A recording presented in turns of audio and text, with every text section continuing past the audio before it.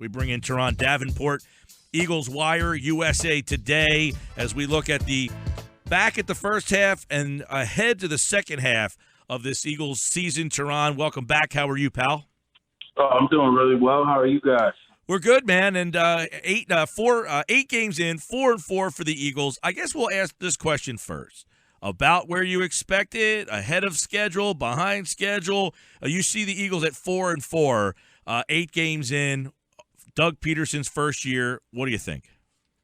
Well, I think 4-4, all things being considered, is not that bad. Looking at how everything happened leading into the season, I mean, no one knew that Carson Wentz was going to be the starter, and then 8 days before, they make the trade, and here you are. So even with Sam Bradford, a lot of people were saying 9-7, 10-6. I personally felt 9-7, so they're still actually on course to have a season along those lines. You look at how they are at home, they play so much better, and you have a big game coming up against the Falcons. Then they have a number of other games at home as well, including 3 against their NFC East foes. So that'll give them a chance to get back on course. I don't think, Armageddon is here for the Eagles. They could still actually be in playoff contention, just looking at how things are panning out in the NFC. All right, hardest question to answer probably is they got 8 games left. What is tops on the list of things that they need to fix to be considered a playoff team? Well, to just kind of be general, they need to learn how to start better and finish. But to kind of hone in on that, basically, they need to run the football better. When they had the 3-0 start, they were effectively running the football. They didn't put everything on Carson Wentz. He wasn't throwing the ball 40 times in a game. He was allowed to be the game manager that he is right now. And when I say game manager, I'm not saying that in a negative context. I'm saying that in that he was not forced to kind of press, and he was able to not turn the football over and just take what defenses gave him and work off play action. And that's not something that you're seeing. I mean, teams are coming in and they're gearing their defense towards stopping that passing game, because it seems like they get away from the running game a lot in these games until they get late. So I would like to see them run the football better defensively. They just have to get off the field. There's times where teams are able to drive against them. Obviously, the Dallas game, you had the 2 long drives, one to tie it up, and the other one to go ahead and win the game in overtime. So they got to avoid those things. And I think if they could patch those things up, and also the turnovers. You cannot forget about the turnovers. You have 6 turnovers in the last, 3 games or so, by Carson Wentz, and you can't have that. So that's another area they need to address. Turron, I'd like to hear your thoughts on the game that Doug Peterson had on Sunday and the role that he had and why they lost that game, if any. Well, I mean, obviously, you have the 2 questionable attempts on 4th down.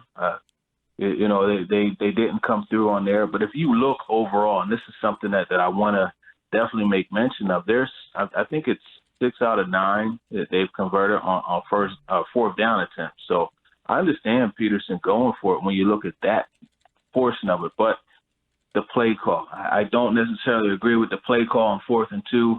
You have the sweep going, the quarterback sweep, and you have Matthews crashing down on JPP. He wasn't able to get the block. Jason Peters had to, take that assignment and then in the result leave another assignment and just kind of open things up to not succeed. I think he should have went north and south on that one.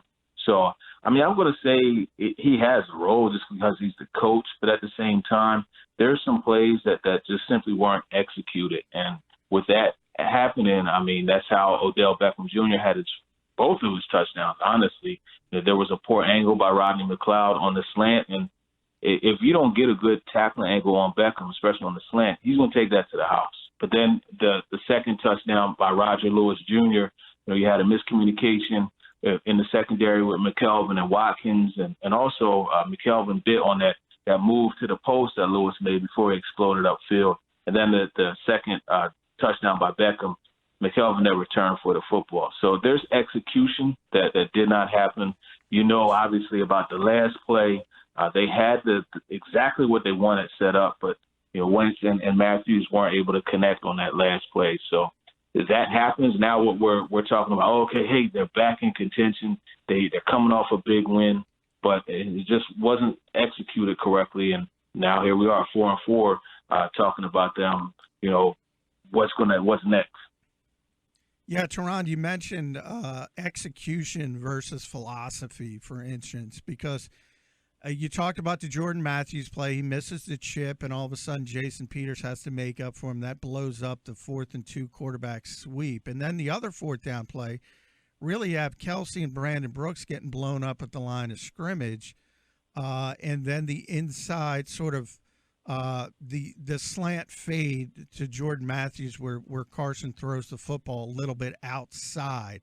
How much of this is just a tick off execution versus that philosophy? Were they pretty sound calls as a whole?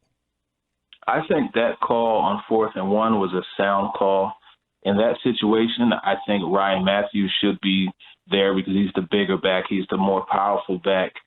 One thing that we left out on that call, Harrison was able to cross Wisniewski, and he was the one that actually, at left guard, he beat the left guard, and he was the one that actually get in there and grab Sproles when the linebacker 91 came in and cleaned up as well. But just looking at the execution, I think it really was that because let's face it, John, you were there. You saw all of the times that they were going to Jordan Matthews in the slot, during training camp, during minicamp. I mean, that was something that was just a focal point of the offense, going to him in the slot. So they were able to scheme, put a formation out there with Matthews in the slot. You got the favorable matchup, him going against Wade, a reserve corner. And it was just one of those situations where, okay, they were in cover 0. You had 7 guys blocking. You had 7 defenders rushing the passer. Everything was set up. You had the backside throw there if you wanted to check to that, or not check to it, but if you wanted to go to that, the safety was stuck in a bind. You had to, okay, am I going to cover the slot fade, or am I going to cover the skinny post coming to my right? And, he ended up just caught in the middle. He went to the fade, but the ball wasn't thrown where it should have been thrown. And also Matthews, as he admitted, he wasn't able to track the football. He didn't turn and look as early as he would like to have. And knowing that it was a zero blitz and guys were coming, he had to turn and look sooner and kind of fade to the football. He couldn't do it, and that's why it didn't happen. I don't think that has anything to do with the philosophy. I think honestly the philosophy on that play was golden because he had everything that he wanted offensively, as far as matchups are concerned. Turron Davenport with us, breaking down the Eagles and Giants game. And Turron, you touched on a little bit the secondary and specifically Leotis McKelvin. I mean, I think by all accounts, he had an awful football game. But what can the Eagles do to improve their secondary right now when they're obviously banged up at that position and struggling for answers? I think that's the first thing. They got to get healthy. That hamstring is something that just they tried to rest him and he tweaked it when he came back, and it's just something that's going to stay with him for the rest of this year. I think McKelvin is actually a very good corner, but obviously he's struggling with the hamstring. I think really it's going to come down to depending more on the rookie, Jalen Mills, and they just need they can't have glitches, at the safety position.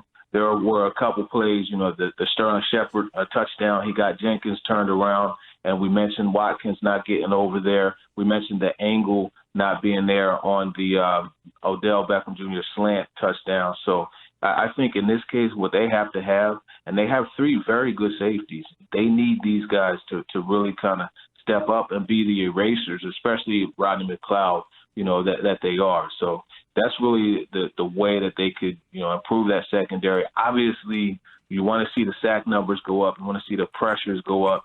And that's something that's going to happen as well because the back end is only as good as the front end. And if you notice, when the front end was rolling, the back end was rolling. So that just kind of reinforces that. This week, just like last week, is one of those situations where these defensive guys up front, they have to be disciplined in their pass rush in a different way. And you saw it lead to the Jordan Hicks interception. Guys have to understand, if I'm not going to get home to the quarterback, let me just try to time my jump and knock the ball down at the line of scrimmage, causing the incompletion. And that's what they're going to have to do this week because you have yet another guy with a quick release, another pocket passer that works that three-step passing game, and that's where this is going to come into play. Hey, Turron, the Eagles' run game has been an issue. I mean, they tried to use Sproles. It seems that they almost have to overuse Sproles. They got to be one of the few teams that carry 4 running backs with obviously 4 guys who do 4 different things. Is this a team that should be better at running the football? The second half of the year, do you see any positive light at the end of the tunnel as to this team starting to run the football a little bit better, or should we expect that this team will struggle to run the ball all year? Give more touches to Wendell Smallwood. I believe that wholeheartedly. I think he's a guy that is, very good at running between the tackles, no wasted lateral movement. He hits the holes. He makes his moves on the fly. He could cut back. So when they have those zone rushing schemes that have the design cut back, he's good for that. He can catch the ball at the backfield. I think getting him more involved, I think, will be the key to getting that running game more successful. As you mentioned with Sproles, you want to find that balance because he's getting 10 to 15 carries, but then, you have 8 to 10 targets, in the passing game, he's touching the ball on punt returns. You don't want to give him 30-plus, attempts at touching the football consistently. So you have to be careful there. And Barner is a guy that has the speed to run, outside. You could work those stretch runs, pulling Brandon Brooks and allowing him to do what he does best, blocking in space. Those are opportunities. And obviously, Ryan Matthews is still, in my book, a good running back. And they really need to use him as well. And Sproles, I think having those 4 running backs is fine because all of them bring a different thing to the table. And collectively, they make up a solid running back unit. They just have to be given the carries. I mean, you can't give a running back 5 carries and expect them to do something. This isn't USC with Reggie Bush. It doesn't work that way. You have to allow your guys to get into the flow of the game and make things happen that way. Hey, Turron, with the running game, how much is it the flow of the game, though? Because once you get behind with the 2 early turnovers, the 2 short fields, you look up and you see it's 14-0. It's really, really difficult to say, I'm going to stick with the running game when we all know at this stage, even though he's a rookie, probably the best playmaker the Philadelphia Eagles have is the quarterback. So how difficult is it to stick with the running game when you're behind that early in the game? I'm going to disagree there. I think being behind early in the game is actually that will allow you to not be forced to abandon the running game because there's still plenty of time left. And running the football, especially on the road, running the football is the exact way that you take command of the game and you snatch that momentum back in your favor. And at the same time, what you're doing is allowing the offense to get going and you're relaxing your quarterback. And in addition to that, when you run the ball effectively, and honestly, I think that play action to Zach Ertz was after a good game in the running game. So here's what you have. It becomes easier for your quarterback because now a defense will have to really respect the run, right? And so you'll see the linebackers who always they're going to defend the run anyway. And when it's more effective, like when the running game's going, they really jump. They take that step forward and they read and run first more aggressively. And then you have the play action, the crossing route coming right behind it, an easy throw to the quarterback. Those are rhythmic passes. And that's something that they need to get back to doing. So I don't think that early lead would cause them to abandon the run and should have caused them to abandon the run. You stick with what needs to be your MO. And in this case, with a rookie quarterback that you're trying to get into a rhythm and get into the flow of the game, I think that's how you do it. And yet they've been down a lot, Turron. In their 4 losses, they were down at Detroit, down at Washington, down. They've been down against these teams. Is that game plan? Is that coaching? Is that unpreparedness? Where do you place the blame that the Eagles find themselves in their losses behind early? Well, I mean, last week it was the turnovers. Your quarterback turned the football over and made throws he shouldn't have made. You look at Detroit, that was just, they jumped in the hornet's nest, and they kind of got off to a bad start coming off the bye. So that's what you had there. Dallas, that game was just another one of those situations where a team jumped out on them early. And that goes back to what I'm saying about what they need to do is get off to better starts, because you can't continuously spot a team 14 and 21 points and come back and make it close. And the thing that's so crazy is you look at the leads that they've spotted in their losses, they haven't lost by more than a touchdown. So they're always able to come back and find a way to make that game close and actually be in position to win it. And that's where the finishing part of it comes in. I don't think this team is too far away, to be honest with you. And I'm not saying they're a Super Bowl contender or anything like that, but they are a few plays here or there from winning a lot of these games. And I think if they could get that corrected, starting and finishing, I think that they'll be all right. Yeah, that's a good point, is that, look, there's a play here and a play there that if you flip the script on them, I mean, potentially we're talking about a lot different football team here. But one of the inconsistencies, Turron Davenport's with us, USA Today, covers the Eagles. One of the inconsistencies at this moment has been Jim Schwartz's defense. We thought that would be a consistent strength of this team. I was disappointed at the lack of pressure they got against the Giants last week.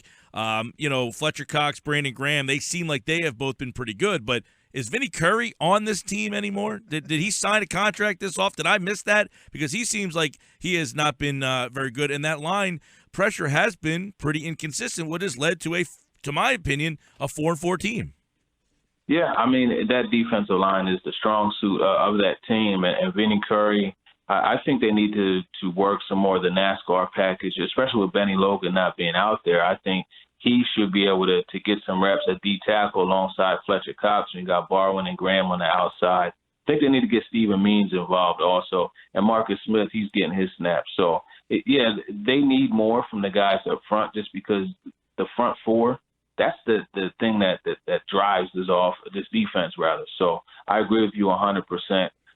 Maybe they can mix it up a bit more, send Jenkins, get a little bit more interior gap pressure, sending Bryden and Jordan Hicks. So maybe if they can't get that pressure with the front four, they're going to need to mix it up and kind of get out of character, so to speak, for Jim Schwartz. So that's something you saw, I believe it was a Dallas game. They were mixing it up some.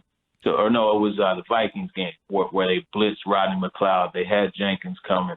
So that's something that they need to do. If you can't get that with their front four, you got to get to the quarterback, because they just don't have the horses at cornerback to be able to just, allow a quarterback to sit back and make his decisions on where to throw the football without pressure. All right. On the offensive side of the ball, Turron, can they expect we talked about the running back, but can they expect to be a consistent week in and week out contender with this wide? We talk about them all the time. They didn't make a deal. The drops again. They can't get open. Treg's opened up a little bit. I mean, obviously, he had a nice play, but I don't know that we're all going to sit here and say, yeah, this guy's going to get 80% of the snaps here.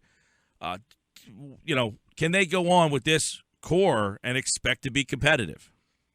Well, I think you also have to place blame on the quarterback. There was an opportunity to make a play.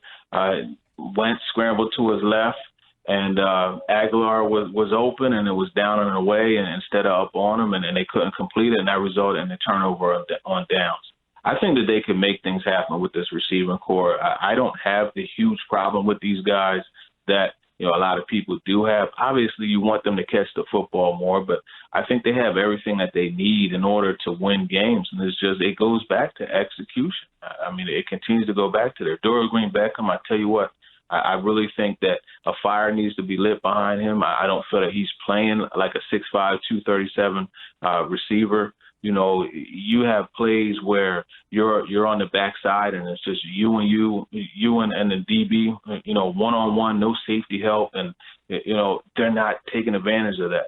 You watch this week, one-on-one, no safety help, Julio Jones. I guarantee you everything will change. That play will be changed, and Matt Ryan is going to him in that situation. Now, obviously, Julio is one of the best, if not the best in the league, but at the same time, as a receiver, if a corner comes up and he's playing you press and he has no safety help over top, and it's just you and him from that whole side of the field, you have to be pissed off. Like, are you good?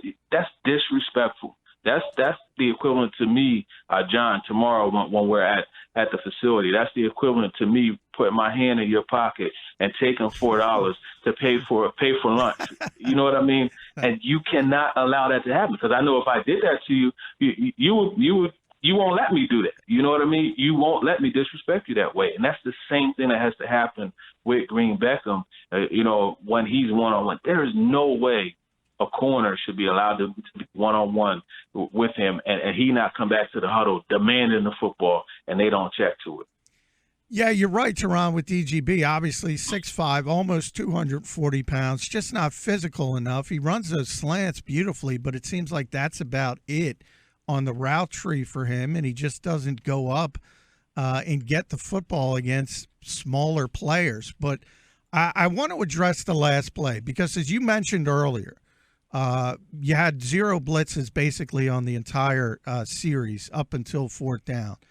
And Carson admitted, and we all know, the ball was too far outside. But when we talk about the receivers the Eagles have faced, it seems like every week it's Dez Bryant, it's OBJ. You mentioned it's going to be Julio Jones, who might be the best this week. If it's one of those receivers on that last play, do they track the ball earlier and get to that football, or at least make it a possible game-winning play? In other words, can that type of talent make up for a throw that's a little bit off? I don't think that type of talent could really make up for the throw because, I mean, at the end of the day, you have to be able to track the football. And technique-wise, I think Jordan Matthews is every bit as good as these other guys, technique-wise. Now, there are things that, Beckham with his explosiveness, Julio with his size, AB with his quickness. There are other things that make these guys different, but technique-wise and as far as knowing the position, I'll put Matthews up against them, and I seriously say that. So that being said, I mean, it was in that play, he released upfield, and he did what he had to do, step on the toes. He didn't turn and look for the football early enough. And I mean, at the end of the day, we want to put Carson Wentz in that elite status. I mean, we want to call him the rookie of the year, but at the end of the day, ball placement is something that's so important as a quarterback. And if you don't properly place the football, you're going to have incompletions. I mean, you cannot always rely, and especially in this case, you don't have Odell Beckham Jr., one of the best guys at tracking the football. You don't have Julio Jones, who's just a beast to line up out there. You don't have that. So you have to know your personnel and place the ball correctly, and it just didn't happen. And, I mean, I'm not saying that this whole thing is on Carson Wentz, because it's not. That man was under pressure. Yeah, they had seven guys rushing, and they had 7 protecting them, but you just have to make a better throw. And at the same time, Matthews has to turn and look for the ball sooner, knowing that it's cover 0. I don't think it had anything to do with ability. I think it was just more the feel for how the play went. And Matthews said after the game that he knew that it was cover 0. He knew that he had to look earlier, but he just didn't look soon enough, and he still expected the ball to be more upfield. By the way, John has more than $4 in his pocket. I can guarantee you that. And if you went after Pete's money, he'd break your arm. We'll see tomorrow. Sports Bash 97.3 ESPN Turron, Davenport, USA Today. 4-4. The Eagles, 8 games left. 5 at home, 3 on the road. Home this week against the Falcons. Turron, thanks a bunch, pal. No problem. Thank you, man. I love talking shots, so I appreciate the chance.